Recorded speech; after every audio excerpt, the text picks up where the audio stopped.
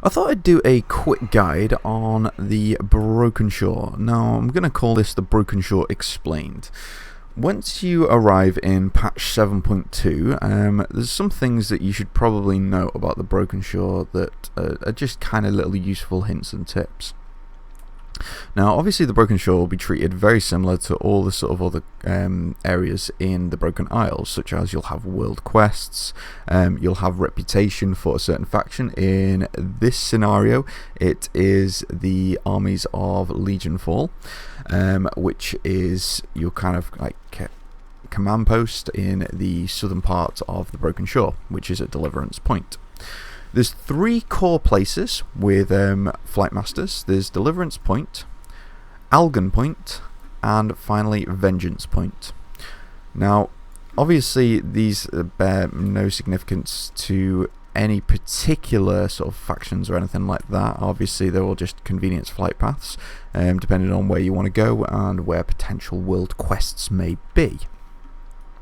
World quests in the Broken Shore are pretty straightforward. It is worth noting that at this point the Broken Shore is very similar to the Timeless Isles in Pandaria and Tenan Jungle in Warlords of Draenor. So in that aspect there's plenty of random chests that will spawn, such as the hidden, I think it's the hidden Wormtongue caches, which will give you various, if I'm correct, Nether Shards and I can never remember all the currencies. The Legion Fall War supplies. Now I'll go into those shortly.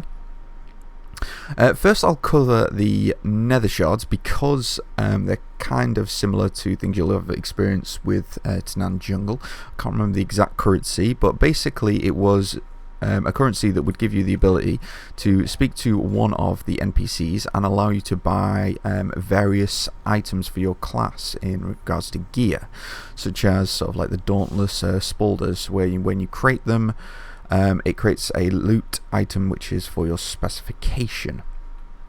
Or specialization, should I say. So I actually have one of the Dauntless Items in my bag, which I didn't actually buy from the vendor. Similar to Tenan Jungle, rare mobs spawn all throughout the Broken Isles. There isn't actually any fixed points as far as I'm aware on rare mobs. I believe 2 at a time can spawn. You may not want to quote me on this one, but that is all I've seen during the PTR. I'll show you what the Dauntless Items look like. It's basically an item of item level 850, I think it is. Right, so you get a very basic green. Now these items aren't going to be great for people who are already geared. These are more items for people who just haven't had much time to gear in Legion and really want to progress. Now Dauntless isn't the only sort of item you can get with your Nether Shards.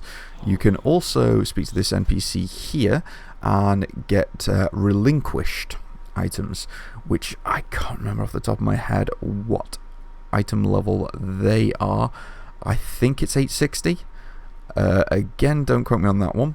Basically, I'm assuming it's 860, seeing as all the items that you can get from the world quests in the Broken Isles are 860 as well, and that's 860 base level. So if I'm correct, an 860 with Titan Forge can go up to 865 or 895, or potentially only 890. So those are 2 ways of getting various gear if you're basically lacking in the gear department. Now to sort of go into the other currency of the Broken Shore, and that is the Legion Fall War supplies. When you kind of arrive in the Broken Shore and you do the sort of the baseline quests with Khadgar and Mayav, you get the ability to access the Legion Fall construction table, which is this thing right here. Now you have a sort of an interface very similar to the Warlords of Draenor and your buildings. Now the purpose of these is that you're supposed to contribute towards the construction of these buildings through your Legion Fall war supplies. Every time you do that, you get what is known as a Legion Fall recompense, which for me has only ever given me gold. Yeah, like that. I've got a couple in my bag. Oh no, you can get Dauntless items from them as well. possibly relinquished as well. I'm not entirely sure. I've only done this I think 5 times in total, so I've never actually got anything great from them. But essentially, once you have completed each of the sort of buildings, which I believe is actually a realm sort of contribution thing, because when I contributed to it, I literally contributed like, don't even think a percent. So once that has reached 100%, you are then able to use the various abilities of the certain buildings. Now, if I'm correct, you only get to pick one of each of the buildings, such as with the Nether Disruptor, which is a thing that's almost finished.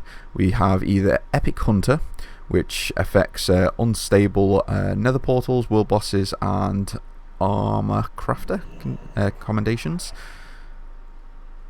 Right, so this is actually probably useful to mention as well. If you are going to go with the Nether Disruptor, I would probably go with Epic Hunter, personally. You can obviously have the reinforced reins, allows you to interact with objects while mounted, which is a really, really nice thing to have.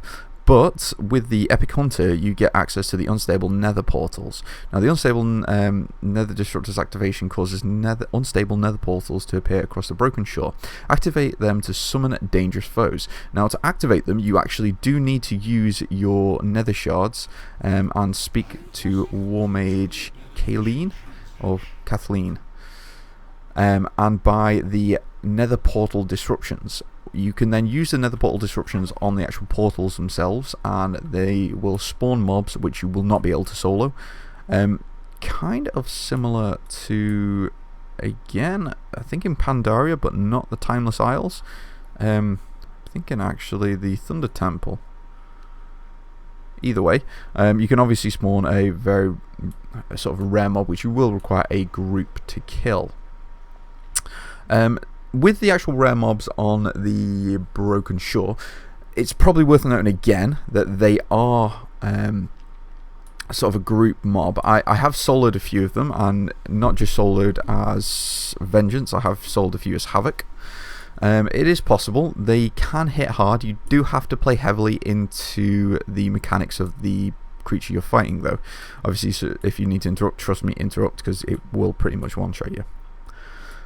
With that being said, I've pretty much covered the entirety of what I know about the Broken Shore. I know you're probably wondering what the hell is the Centinax. Now, the Centinax is a Legion ship.